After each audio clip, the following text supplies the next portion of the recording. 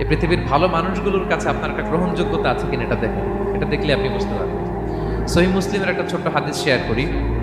রাসূল সাল্লাল্লাহু আলাইহি ওয়াসাল্লাম বলেছেন যে ইন্নাল্লাহা ইযা আহাব্বা আবদান দাআ জিবরিলা ফাকালা ইন্নী উহিব্বু ফুলানান ফাআহিব্বা। আল্লাহ তাআলা যখন কোনো বান্দাকে ভালোবাসে তখন তিনি জিবরাইলকে ডেকে বলেন, হে জিবরাইল, আমি আমার এই বান্দাকে ভালোবাসি, তুমিও তারে ভালোবাসো।